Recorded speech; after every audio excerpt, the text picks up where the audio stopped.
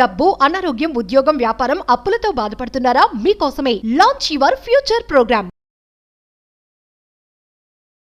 High viewers, India's largest digital media network Suman టీవీకి స్వాగతం. ప్రస్తుతం మనతో ఉన్నారు motivational speaker and emotional wellness coach హరిత.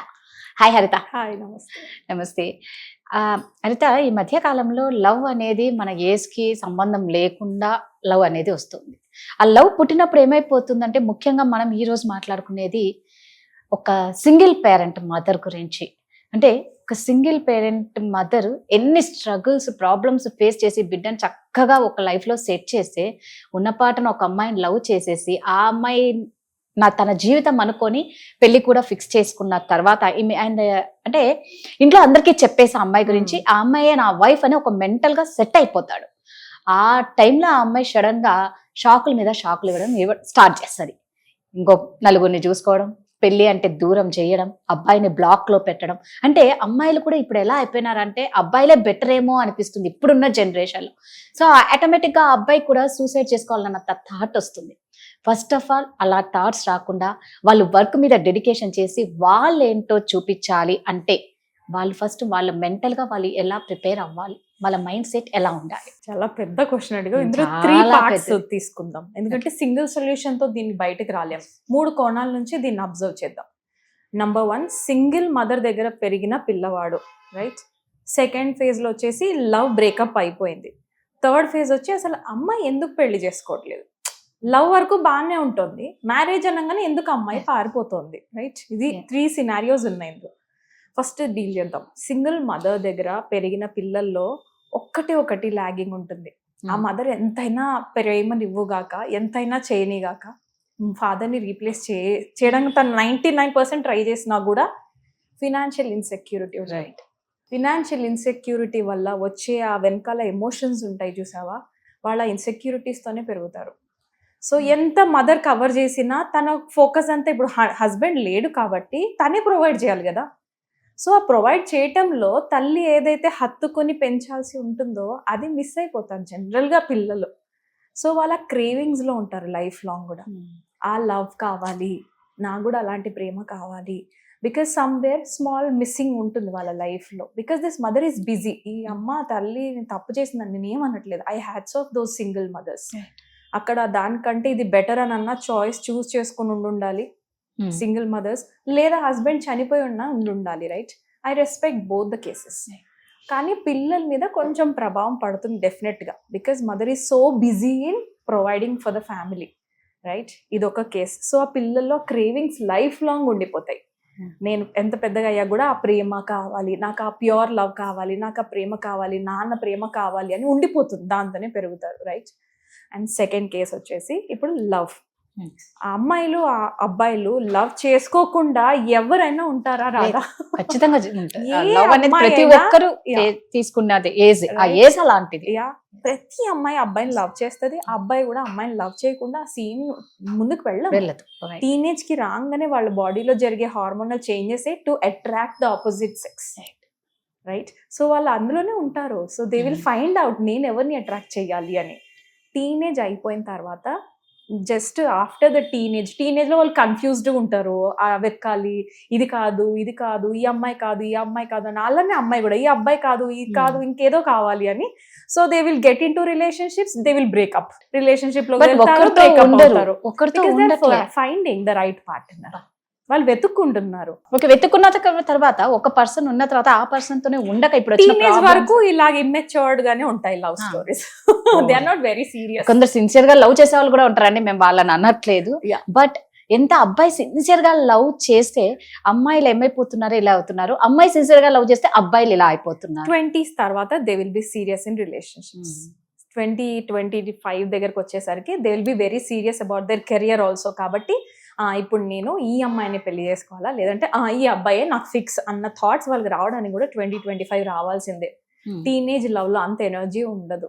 అంటే ఇట్స్ నాట్ నేను అన్నాను 25-26 ఇయర్స్ లో కూడా ఉన్నాయి ఇవి. అది కదా ప్రాబ్లం. Not all. అంటే ఎక్కువ పర్సెంటేజ్ ఉన్నాయి హరిత. ఇప్పుడు జనరేషన్ లో ఎక్కువ పర్సెంటేజ్ ఇదే నడుసు. అందుకే అమ్మాయిలు అంటే భయపడుతున్నారు. థర్డ్ కేసు మాట్లాడతా. అమ్మాయిలు ఎందుకు పెళ్లి చేసుకోవట్లేదు, రైట్. వాళ్ళు ప్రేమలో ఉన్నంతసేపు చాలా ప్రామిసెస్ చేస్తున్నారు, మీరే నా ప్రపంచం అని అంటున్నారు, నువ్వు లేకపోతే నేను నాకు అన్నం కూడా దిగుతలేదు అని అంటారు, కాల్ చేసి అంతంతసేపు అవర్స్ మాట్లాడతారు కదా. పెళ్లి అనగానే ఎందుకు పారిపోతున్నారో తెలుసా?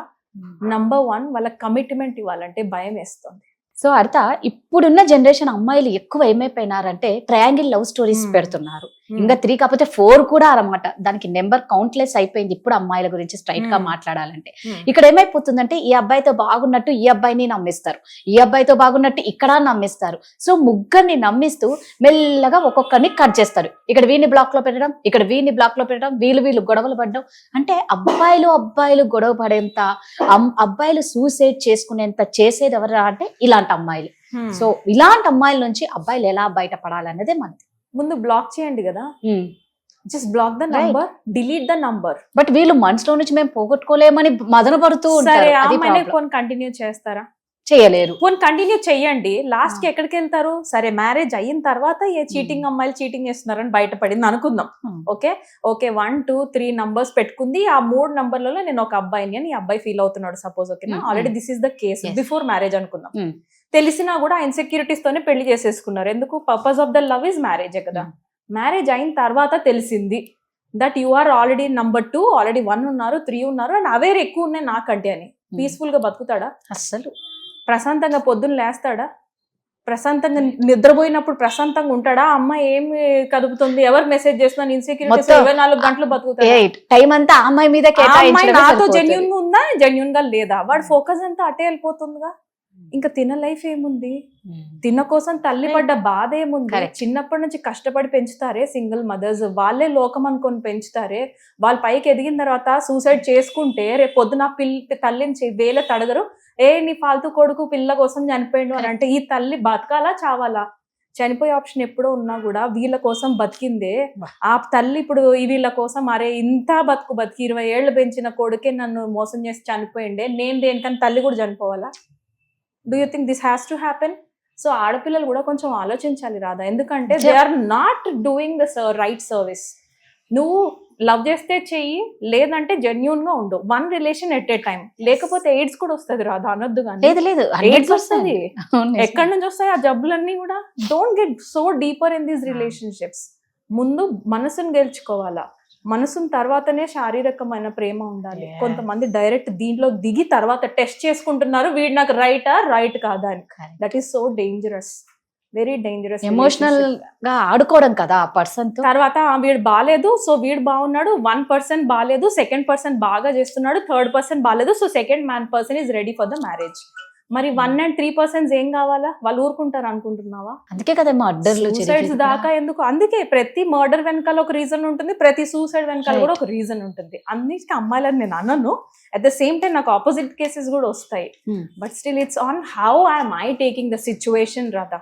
సిచ్యువేషన్స్ ఎవరి లైఫ్ లో ఏమి రాకుండా నేను హాయిగా నేను బతికేస్తాను అన్న లైఫ్ ఎవరికి లేదు, రైట్? కానీ నేను నా లైఫ్ లో ఎలా డీల్ చేయాలి? సరే అలాంటి అమ్మాయి అని తెలుసుకున్నారు, మ్యారేజ్ కి ముందే తెలుసుకున్నారు, very good, no, enjoy the party. Thank you so much that వాళ్ళు రావట్లేదు నా లైఫ్ లోకి. లైఫ్ లో పార్ట్నర్ కింద వస్తే నేను పొద్దున్న చేసినప్పటి నుంచి రాత్రి దాకా ఇన్సెక్యూరిటీస్ లోనే చచ్చిపోవాలి. అమ్మాయి బర్త్డే బెలూన్ కట్ చేసినట్టుగా ఎంజాయ్ చేసేసి రిబ్బన్ కట్ చేసినట్టు వాళ్ళని బ్లాక్ చేసి పడేసేయండి. సూపర్. గ్రీఫ్ పీరియడ్ లోకి వెళ్ళండి, రైట్? గ్రీఫ్ పీరియడ్ అంటే సైకాలజీలో ఏంటంటే go in that silence period. ఆ సైలెన్స్ పీరియడ్ లోకి వెళ్లాల్సిందే ఆ సోల్. ఎందుకనంటే నమ్మింది కదా ఇంకొక మనిషిని, ఇంకొక సోల్ ని మనస్ఫూర్తిగా నమ్మారు. సో ఆ నమ్మకం నుంచి బయటికి రావాలి కదా. ఒక గట్టిగా ఒక గుణపం తీసుకొని గుచ్చినట్టే కదా గుండెల్లో. ఆ పెయిన్ నుంచి బయట పడాలంటే ఏమైనా ఈజీ అనుకుంటున్నావా? ఎన్ని గంటలు వాళ్ళు స్పెండ్ చేసి ఉంటారు ఆలోచనల్లో, ఒక పెద్ద బ్యూటిఫుల్ లైఫ్ ఊహించుకుని ఉండుంటారు. ఇప్పుడు సడన్ గా మైండ్ కి అవన్నీ ఆపోజిట్ అని చెప్తే అది ఈజీగా తీసుకుంటుంది అనుకుంటున్నావా?